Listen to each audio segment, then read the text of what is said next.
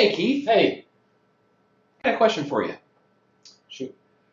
We were on a call the other day, took a blood pressure on the life pack. The number that's on the bottom there is supposed to be the map, right? Is that what that is? Yeah. Okay. Yeah.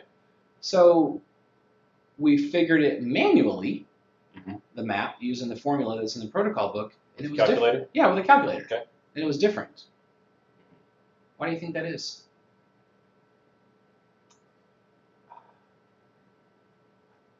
I think the one on the monitor uses a different formula. Really? I think you should cover that in CE. Okay. I will. Okay. All right, man. Great. Thanks. Yeah, no problem. All right, cool.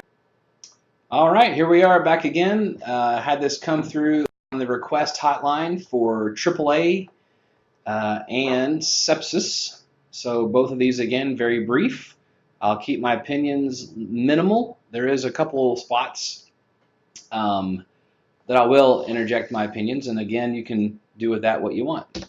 But first, so like Keith and I talked about, we noticed the blood pressure reading on the monitor gave us a map, and this has been, I know this has been brought up before.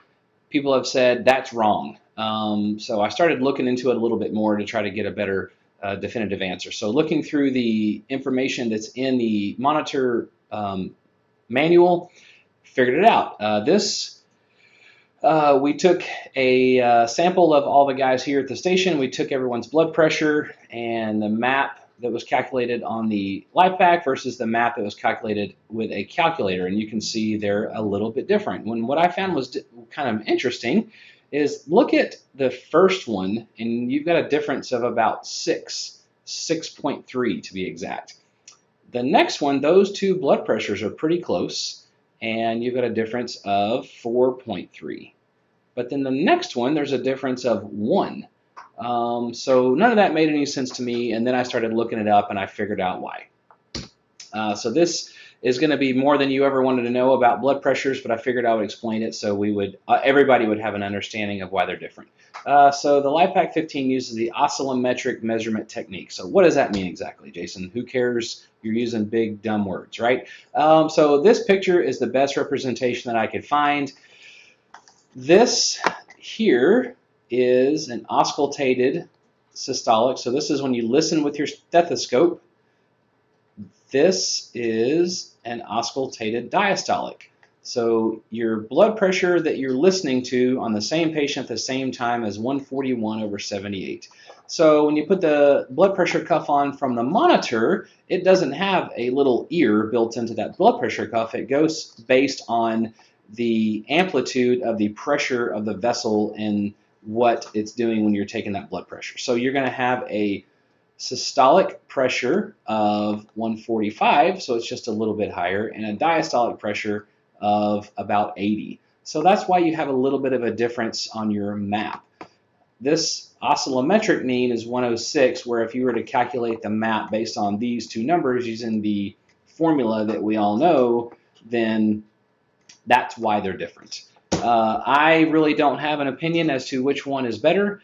I think when I started reading on all the specifics of the blood pressure cuff, it has to meet certain certain guidelines in order for it to be marketed as such, and that has to be proven, before we ever even get it. So I think that's fine. I think if you use the blood pressure cuff on the monitor, I think it's fine. I think if you go based on the map on the monitor is fine. I think if you get a blood pressure that you don't agree with and that you're going to treat and you recheck it with a manual and use that map, I think that's fine as well. So again, I really don't have a recommendation. I don't have an opinion one way or another. You can send an email up the chain if you're really worried about it and have it sent to Dr. Hoffman and have him verify that. But as far as I know, he has said that the blood pressure reading from the LifePak and the map reading from the LifePak is appropriate to use when you're treating someone. Again, if you want to recheck it with a manual, that's fine as well. Okay, so this came through on the request hotline, checking on some AAAs, abdominal aortic aneurysm. So all the stuff that I thought I knew about this, again, I was wrong. I didn't know until I really started looking into it. when we were all taught in paramedic school, it's like, tearing back pain and urge to defecate and all this other kind of stuff. I didn't really see that anywhere in any of the literature that I looked at. So exactly what is a AAA? The force of blood pumping can split the layers of the artery wall, allowing the blood to leak in between them. This is called a dissection. So the blood is dissecting those layers of the artery. Dilation of the abdominal aorta to a max diameter of about 3 centimeters, which is 1.18 inches, or 1.5 times the normal, which is 2. The aneurysm can burst completely, causing bleeding inside the body, and this is called a rupture, and we all know that these are fatal. You don't survive these. So here is kind of what it looks like. There's different, I got this picture off the CDC website. You've got thoracic and abdominal. The ones that we're really focusing on here today are the abdominal, below the level of the kidney. Look at your risk factors over there: male, gender, and age over 65, hypertension, high cholesterol, atherosclerosis, coronary artery disease, previous MI, and smoker. 3 to 5 times more likely to have a AAA if you're a smoker. The 14th leading cause of death in the United States. And I put this quote in there because it had a bunch of really cool words and it sounded really cool. I wish I could write like this. AAAs pose a vexing problem. By the time symptoms arise, the aneurysms have usually ruptured. At this point, treatment is frequently futile and fatality inevitable. So that whoever wrote that, Zucker and Prabhakar, they made dying sound very eloquent. So I thought that was pretty cool. That's why I added it in there. Basically, once patients have symptoms, there's not a lot that can be done. Physical exam findings. This is from the medical literature. Again, this is evidence-based. This is not my opinions. This is not a paramedic assessment book or whatever. This is what's in the medical literature when you look up physical exam findings for a AAA. So abdominal palpation for a pulsating mass, we've heard that in the past. But how many of us have actually done it, and how many of us know what we're feeling for? The specificity and the sensitivity of these tests, that means if it's there, it's positive, and if it's not there, it's negative. Those numbers are not very reliable. Often these numbers or these assessment techniques can be altered by a patient's size. So if they're obese, if they have abdominal distension, these things are not going to be accurate. And again, do you really know what you're feeling for? I've never felt one. Diagnosis of a AAA is often an incidental finding of imaging studies. When I was doing my clinicals, we had a guy who came in for like he had an CT done for his intestines or something. He had diverticulitis, and he had said, "Yeah, I have diverticulitis all the time. I just moved here. Usually I get a CAT scan, they give me some antibiotics, and I go, I treat it at home." And this is in primary care, not in the hospital. So he's like, I really don't want to be hospitalized, not a big deal. So my preceptor sent him to get a CAT scan of his abdomen. Somehow or another, the CAT scan went up a little bit higher than it normally does, and they caught a AAA. And he ended up having open heart surgery to correct this. So he goes in for a CT for his intestines, comes out with finding that he'd have a AAA. So a lot of times these are going to be incidental findings. A ruptured AAA is a medical emergency with high mortality. The classic triad, this is the one that we have heard in the past: hypotension, shooting abdominal pain, back pain, pulsatile abdominal mass. The triad may be incomplete or it may be not there at all. Misdiagnosis can occur up to 60%, and this is misdiagnosis by a physician, not us. So if you have a misdiagnosis rate that high, the likelihood of us catching this pre-hospital is going to be pretty slim. So if you do want to be a clinician, you want to be thinking at a different level, start thinking about the screening process. So the United States Preventive Service Task Force recommends a screening ultrasound for males 60 to 75 who have ever smoked. Their definition of ever smoked is the use of 100 or more cigarettes in their lifetime. The USPSTF, they are the ones that come up with recommendations for like colon cancer screening, prostate cancer screening, breast cancer screening, all of that kind of stuff. So here is the recommendation. If you look on the left there, the recommendations for a ultrasound of your abdomen to rule out a AAA. is a level B. And then if you look on the right, what is level A and what is level B? So level A and level B are the ones that are definitely recommended. C and D and I are the ones, if you have a case to recommend it, then it's, they're kind of on the fence. So when I started reading on recommendations for different guidelines, you'll have, let's say, the American Cancer Society has one recommendation on colon cancer screening. And then the GI folks have another recommendation. And then when you look at, let's say, breast cancer screening, you've got the American Cancer Society that has one recommendation. These guys have another recommendation. And then the ACOG, which is the American College of Gynecologists, have another recommendation on. So the U.S. Preventive Services Task Force is a good place that you can look for any type of screening, and this is all preventative stuff.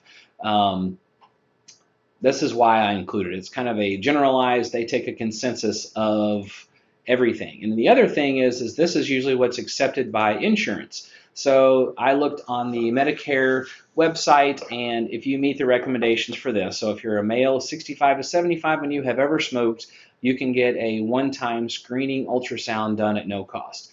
Another good thing about ultrasounds is they're very inexpensive and they're very low risk. So a CAT scan, for instance, is a higher risk because it's higher doses of radiation.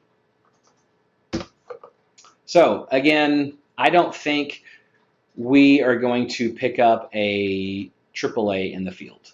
You may if it's got all the classic, but again, sometimes those will be there, sometimes they won't. So I challenge you to talk to your patient. Hey, I know we're here for whatever, but you're a male and you're over 65. Have you ever smoked?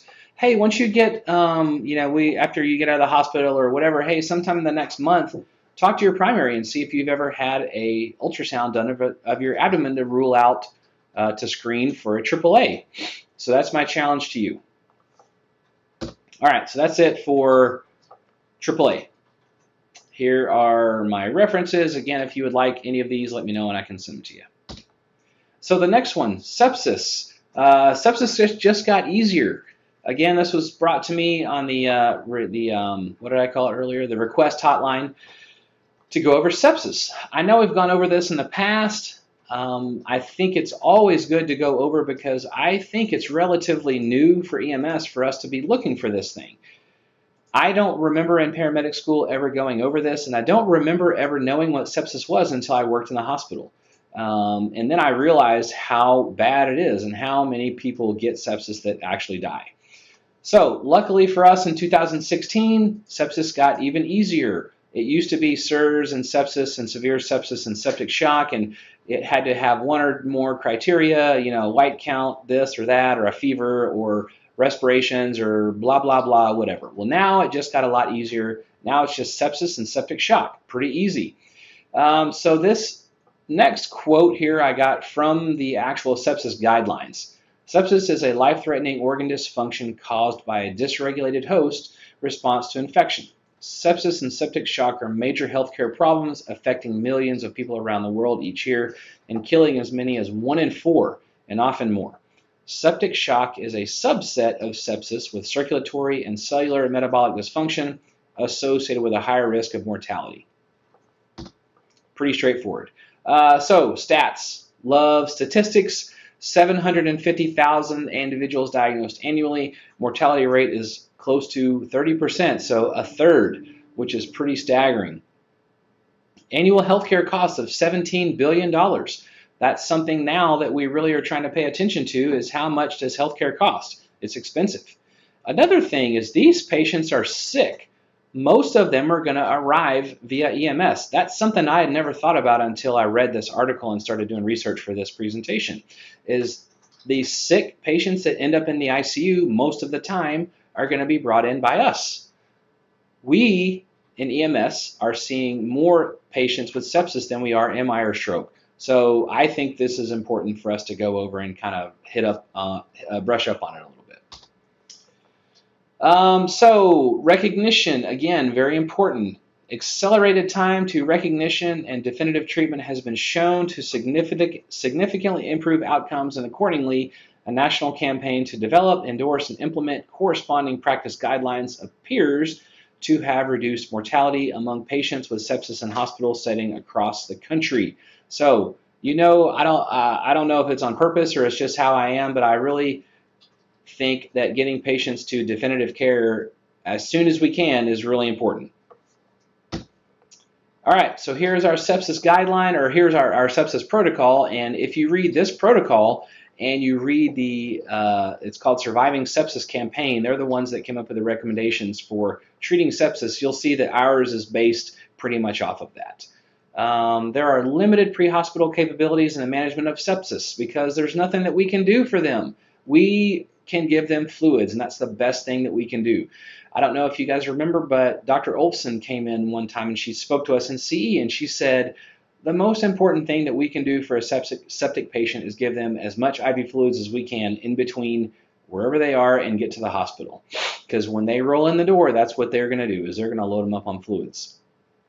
Heart rate greater than 100, MAP less than 65, altered mental status, respiratory rate greater than 20, fever greater than 100.4 or less than 96, or provider judgment that treatment is needed. If you have a suspicion that the patient is septic and you give them a fluid bolus, that's fine. It's not going to hurt them. Even if you look there for patients on dialysis and CHF, those patients, if they are septic, get treated with large volumes of IV fluids.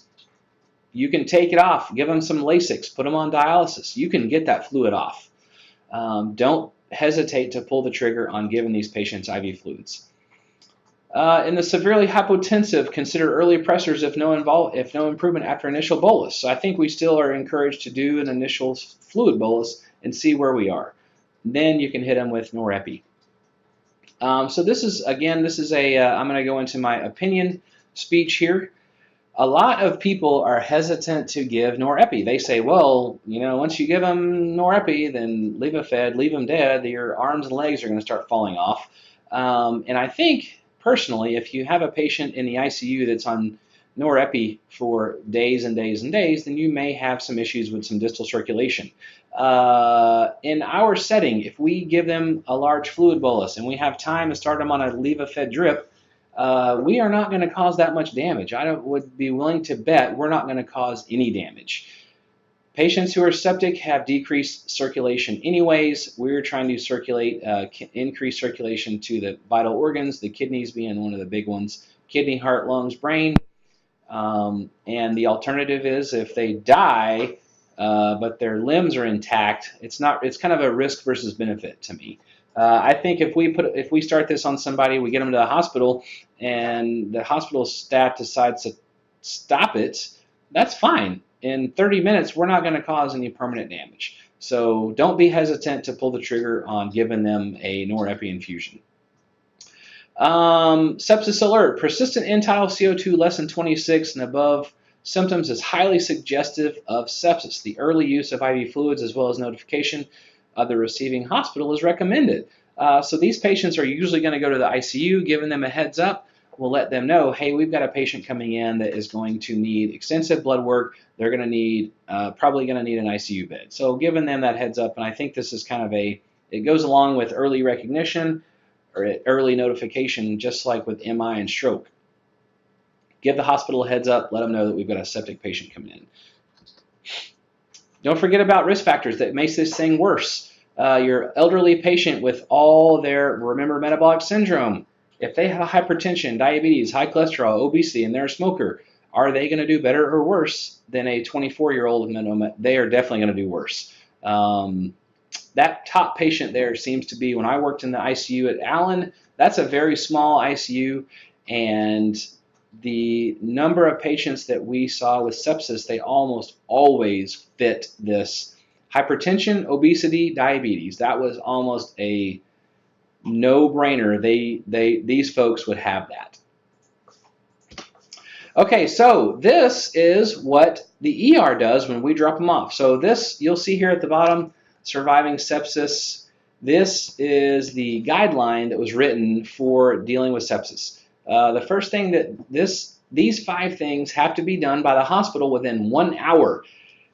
To get all of this stuff done in 1 hour, you have to be humping. And that is why I think giving a good report to the hospital staff and letting them know that we have a potential septic patient comes in, lets them know, hey, I have to try to get all this stuff done. When I worked in the hospital, if we had an alert like this, a sepsis alert or an MI or something, I mean, I still had 3 or 4 other patients with, one has back pain, one has back pain and sinus pain, one has chest pain that's been there for 8 months. And those patients, you're still having to take care of those, but if you hear that come across the radio, you're like, hey, I know that when this patient rolls in the door, I'm going to have a lot of stuff done. So the first one there, measure a lactate. So a lactate level, a serum lactate blood test, looks at hypoperfusion. And if you have hypoperfusion to an area, an organ, whatever, you're going to have an acidosis going on because you're going to have anaerobic metabolism. So remember, anaerobic metabolism is metabolism without oxygen, which causes lactic acid, which causes acidosis. So if you have a patient come in, their lactate level is elevated, that there's a certain portion of their organs that's not being perfused adequately. Blood cultures before administering antibiotics, and usually you have to get 2 sets of blood cultures from 2 separate sites. So the patient comes in, they've got an IV going, they're getting fluids going. You can't draw off of that to get a blood culture. You have to do 2 separate IV sticks or 2 separate blood draws to get your blood cultures. So blood cultures are, if you've ever seen them laying around the hospital, they're different shapes, but usually they'll be kind of big. There will be some kind of liquid in there. The blood goes in there. That liquid is, if you've ever taken microbiology, that liquid is a medium for the bacteria, because bacteria is alive. Bacteria feeds off that. They're able to grow it in that tube. They're able to look at it under the microscope, and they're able to see what it is.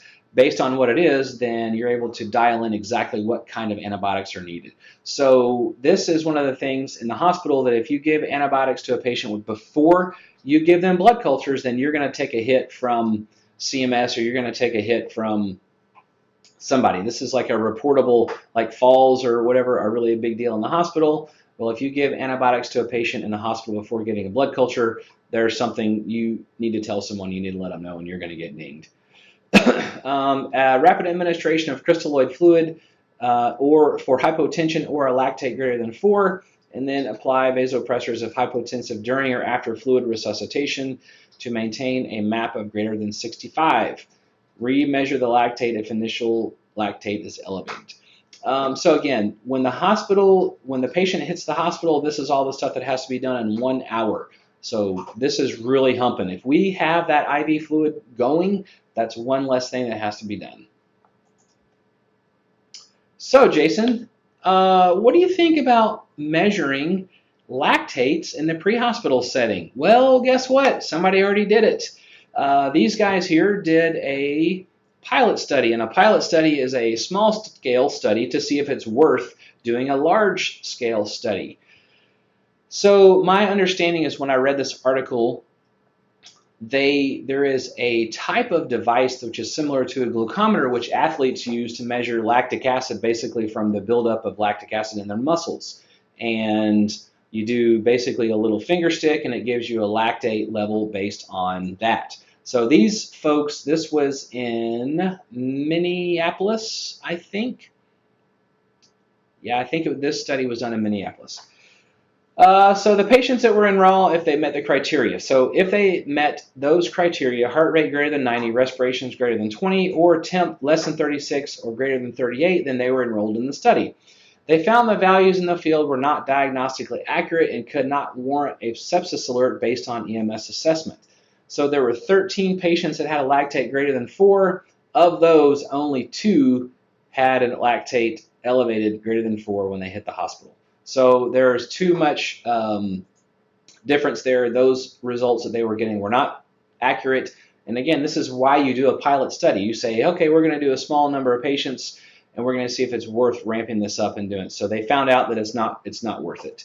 That they were having to redraw it anyways, and I think the part of the study was using the pre-hospital lactate instead of the hospital. So during the study, they were doing it in the field and in the hospital to compare Well, if the ones that we're doing in the field are not accurate, then there's no use in it. Now, personally, I think it may be an option for us to draw the actual tube. We draw a blood tube in the in the ambulance like we're doing for McKinney for a stroke.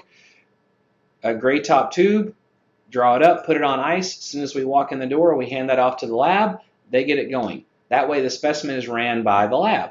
I think, personally, that would be something that we could look into.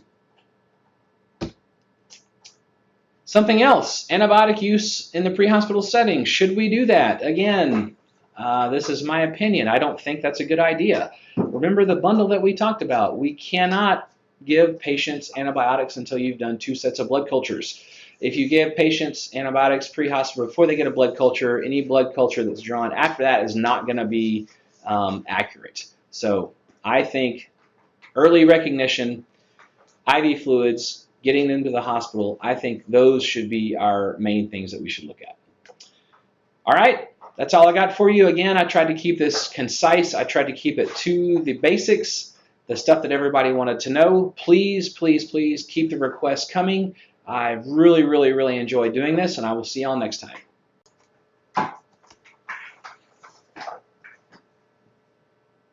Can't see you.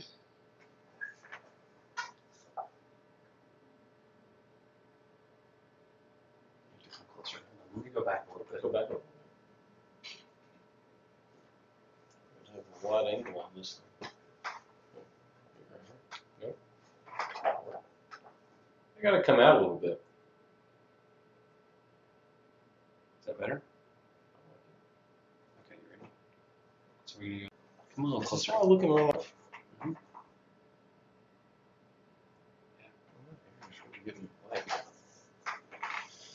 Yours is getting gray and mine's falling out. Get closer. Close. It's too close. There we go. Perfect. You back up. See all that space you have? Mhm. There you go. Yeah. Okay, ready? How you feel about that? That's good. We need more. We need more, you know. There's gotta be more to it. There's gotta be more than, I think it's different. Oh, you need more from me. I think we need something more. Rather than just, hey, the map is different on the blood pressure monitor than the manual.